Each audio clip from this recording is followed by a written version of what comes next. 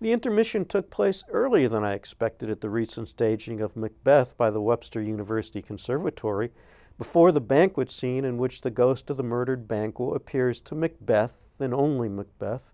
I wouldn't mention this except that not having a break after the banquet scene turned out to be a brilliant decision.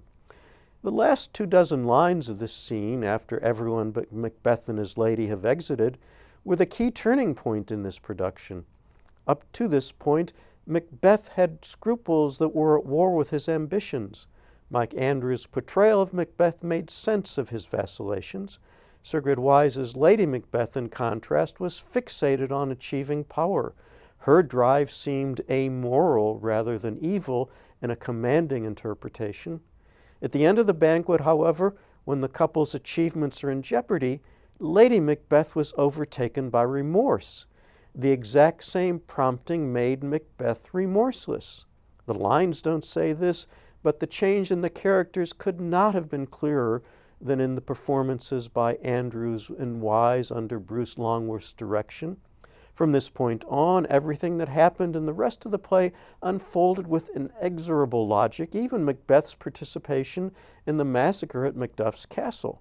The last thing I wanted after the banquet scene was a break.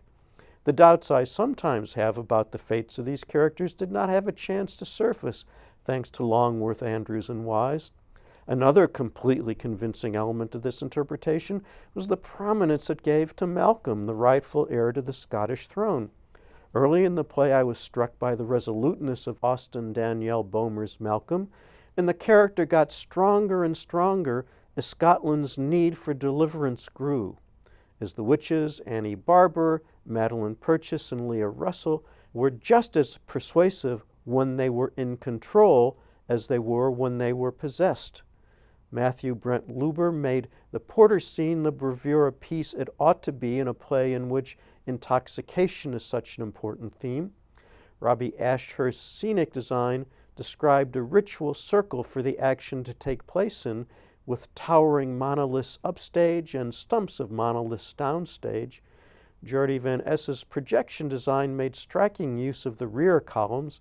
Josh Murphy's lighting added thrills to Paul Denhart's fight direction. Also noteworthy were Lauren Rissmiller's costumes, Will Vicari's wigs and makeup, Marion Ayer's sound, Jason James' props, and Suzanne Mills' text coaching. The interpretive insights of this production will stay with me for a long time. Yeah, there was, well, always such good work there at the Conservatory, but such a smart production this was also. Unfortunately, I guess Macbeth was not able to make Scotland great again, was he?